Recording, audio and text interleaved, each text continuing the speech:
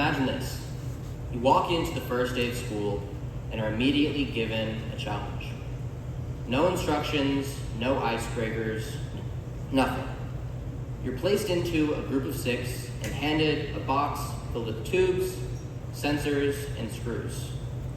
The instructions are vague at best, and the guidance is barely there. And your task? In just 4 weeks, transform that box of parts into a fully autonomous drone. One capable of navigating to set coordinates, completing assigned tasks, determining its altitude, and identifying obstacles in its path. And at the end of the 4 weeks, each team will compete head-to-head to figure out what drone is the best. This was my last summer at MIT. I'm Isaac Richmond. Last year, I stood on the stage sharing how I aimed to innovate in robotics, rockets, and energy to transform the world. But I was missing something. I shared in my dreams of a better world, but dreams without action are just that, dreams. So when I asked for support to attend an MIT summer engineering program, I was denied, with the response being that I hadn't done enough to show that I was really committed to engineering. At first, my ego was bruised, and I made excuses. But then I asked myself, would I have given myself the money? If I were in their shoes, would I have funded myself? And the answer was no. Although it wasn't something that I wanted to admit to myself, they were right. I hadn't done enough to show that I was committed to my NGA, and now I had 2 options. I could either stay in this victim mindset, which would get me nowhere, or I could take action and solve my problem. I decided to take action. Note that the board hadn't just said no. They had given me a list of challenges that would show that I was committed, and that engineering really was something that I was prepared to dedicate my life to. I became obsessed with this list of challenges. A couple weeks later, I received an acceptance letter to MIT's summer engineering program. And with support from my family, I packed my bags for Boston. The first day, we were instructed to break into teams of 6, with each team receiving a box of parts, including some carbon fiber tubes, some sensors, and some screws. The expectation was that we would teach ourselves, delegate tasks, and effectively collaborate so that in 4 weeks, we'd be ready to face off against the other teams. For everyone else, this was uncharted territory. But for me, it was just another day at Acton. After choosing a team balanced in programming and hardware, with a shared goal of winning the competition, we wasted no time and got straight to work. We started by breaking down what we needed to accomplish, then assigning tasks and responsibilities based on each person's unique skill set. Exactly what I had done at Acton a dozen times before. Instead of working out buoyancy calculations for my corkboard boat, I was doing lift versus weight calculations with our drone. Instead of wiring houses and buildings for an electrical grid, I was building secure wire harnesses designed to power and control the various sensors and computers on our drone. And instead of 3D printing parts for Rocket Quest, I was designing and 3D printing parts to survive way too many collisions with the ground. At the same time, I was also working through the list. By day, I was doing CAD, writing code, and troubleshooting errors with my team, and by night, I was reading books, conducting SNS interviews, and working on courses. By the end of the summer, I had not only expanded my knowledge of engineering and drones, but I also connected with some incredible people and solidified engineering as my NGA and career path. Since then, my journey has continued. In the last 9 months, I've spent almost 200 hours in CAD. And on April 22nd, I'll take my Certified SolidWorks Professional exam, a credential that opens doors into engineering jobs.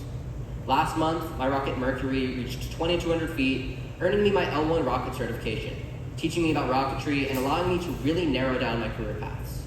And right now, I have 5 potential engineering job opportunities and have already passed the first round of interviews in 3 of them. Acting taught me the courage of discovery, how to take learning into my own hands, and how to chart my own path forward. It's also taught me how to work in teams, how to collaborate with people that I wouldn't usually work with, and how to break down tasks so that everyone is driving change. My goal is to follow in the footsteps of great innovators. And if you look at the innovators who really made a difference, they didn't do it alone. Steve Jobs was the visionary businessman and marketer behind Apple. But without the technological mind of Steve Wozniak or the creative mind of Johnny Ive, Apple never could have been what it is today. Whether it's neuroengineering, quantum computing, or biomedical technology, innovation happens at the crossroads of disciplines. And there's the problem. Imagine being in a room of 5 strangers, with each speaking a different language: Mandarin, Russian, Arabic, Spanish, and none of you can understand each other. You're limited in what you can achieve. But introduce a translator, and suddenly ideas flow. I want to be the translator. Just as a translator unlocks communications, I want to be the one that bridges gaps and brings people together, brings the skills and knowledge of different disciplines to make big ideas happen. To become a translator in the areas that I want to pursue, I understand that my next step is expanding my knowledge of engineering and economics. But right now I've hit a roadblock. I can see the problems, but I don't yet have the skills to create solutions. The key issue is that there's a knowledge gap that I need to close before I can take action. Seeing problems is easy. Solving them is the challenge. Take the Texas-sized patch of plastic in the ocean. Engineering could remove it, but without the economic incentives, the solution won't scale. That's why I'm focused on both: engineering for solutions, economics for action. Because of this gap in my knowledge, I don't yet have the skills to build the teams or serve as the translator between these disciplines. The quickest and most effective way to bridge this gap is to go to college. College would not only allow me to get the credentials that I need, but also serve as the foundation from which I could teach myself everything else that I would need to learn. I've already started this process by taking college credits while in high school, and I plan to test out of any additional college classes to make the most of my time in college.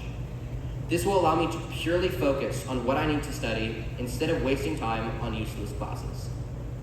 I'm here today seeking $80,000 for my tuition at Texas A&M. This funding would not only allow me to get my degree in mechanical engineering, giving me a sturdy foundation in every area of math, physics, and engineering I will need in order to work towards solving real-world problems, but also allow me to pursue a second degree in economics, with the focus on applied microeconomics. This will allow me to have the ability to understand supply and demand, international markets, and economic incentives, enabling me to bridge the gap between technical innovation and real-world application.